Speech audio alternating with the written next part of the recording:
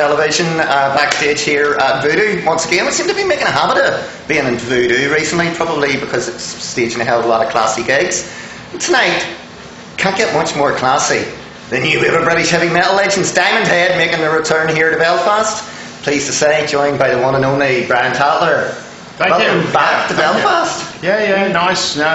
It's a new place for us tonight, Voodoo. We've been here before. New venue, yeah. You promised that when you played here the last time that you would be back. It's good to see a band honouring a promise to come back. Well, only just over a year later. That's unusual for us to come back so quickly. We normally try and give it a little breather, but while the new album's out and we're cooking, we may as well come and play to you good folks. Yeah, we enjoyed it. I think you mentioned the new album. Here it is, the wonderful self-titled. Why did you go for a self-title this time? Only because it just seemed the best title for the album. I went through lots and lots of titles. We had a big list. I asked everybody, and eventually Diamond Head was suggested, and I thought, okay, that's a good idea. And so I thought, well, we'll call it Diamond Head unless someone could come up with a really good title. And I didn't think any of the track titles fitted where we were at, this brief where we were trying to, what we were trying to say, how it was sounding, and it just did seem to fit. It's just quite a statement, but fortunately it's a good album and it seems to work. It seems to do the job. Yeah, you said it's a statement. It's almost a statement of reinvention for the band because, of course, you actually weren't planning to do another album at this That's right. Really sure you weren't. That's right. I mean, after the last album and our singer emigrated to Brisbane, it became very difficult to almost impossible to work on new material. And I didn't want to make an album over the internet, send a file and sing on it and send it back.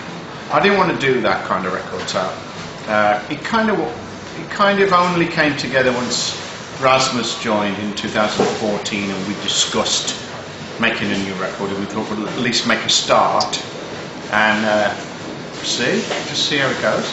Came together fairly quickly as well for you then, didn't it? I was able to give Raz a lot of material because I keep writing at home, and so I built up 7 years worth of stuff, and Raz just went through it like a producer would and said, I like this and I like that and this needs a chorus, and So how good was it for you to have a new creative energy then? Well, very.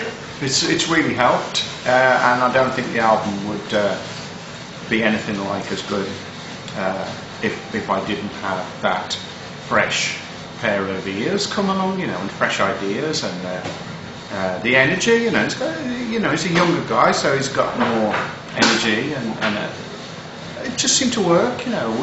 It might not have worked. Writing partnerships don't always work, but in our case it did, and I'm grateful. It's been very, very well received. It must please you. I'm hearing words like resurgent and recent and a rebirth. Lovely. Diamond Head. So all these years. The self-titled kind of. Yeah, everything seems to have come full circle because there's a lot of comparisons being made to the original Diamond Head sound on this album as well. I always thought that album, like To the Nations, and it's kind of achieved some kind of legendary status, and almost you're never going to touch that. You're never going to get anywhere near that again. That was your peak. But a lot of people are loving the new album and saying it's sort of like the album you should have made after Borrowed Time. So that kind of compliment, it gives me a lot more confidence to know that we're doing the right thing, and to probably write more material, for the future. So very much the band on the cusp of a new era. Yeah, it feels good. Everyone's playing really well, and the band seems to be going down great and getting some good work. So the press has been fantastic for this new album. I wasn't expecting it, so it's been a real confidence boost. Yeah. You recently as well, in my opinion, you played Bloodstock recently. Yes, fabulous. You went on after Twisted Sister on their last ever UK show, but you went on after them, so technically, to me, you guys headlined Bloodstock. How did it feel to play a festival like that? Well, it's a great festival. It went really well for us. The sound was great, crowd was great. As long as the crowd's great, it doesn't matter. But we haven't played for years, and we did do it once before. But it's just nice to be offered it again.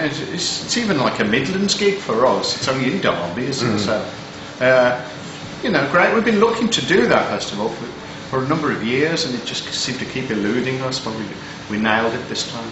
So you're going out on a short run dates at the moment? It's quite a long run. We go until December.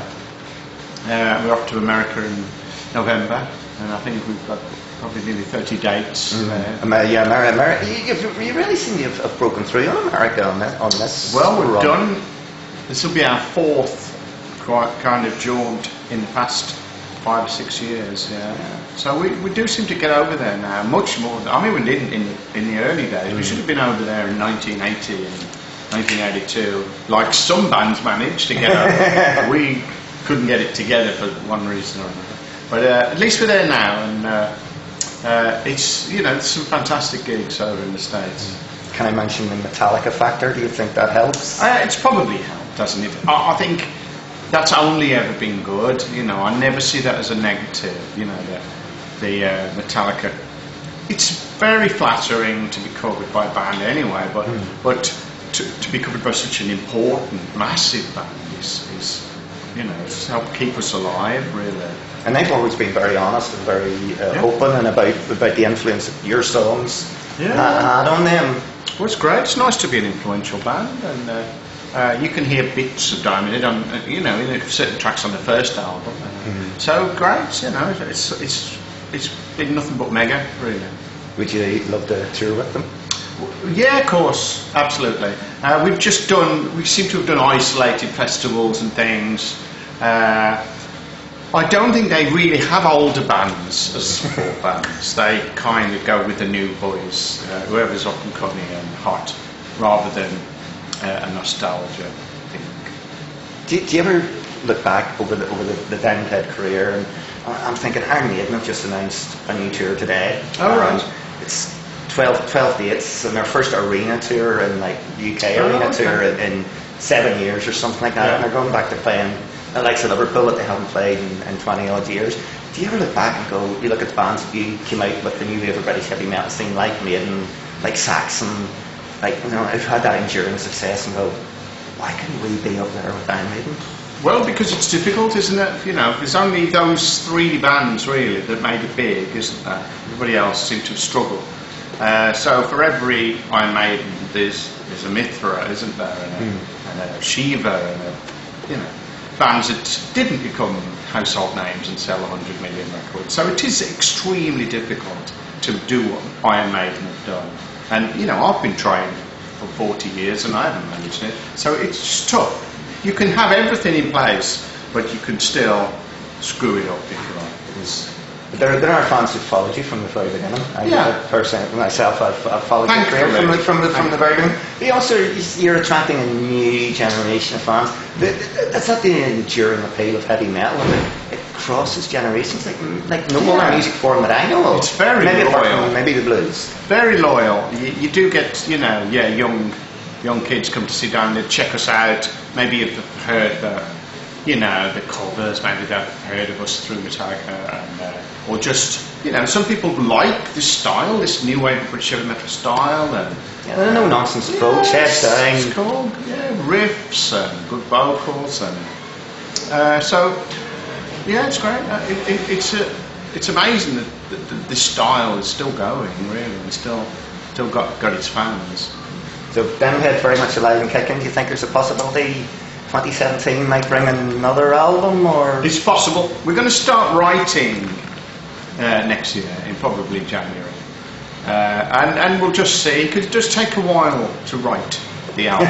That seems to take the longest, but we'll see. Hopefully, that's kind of ideal.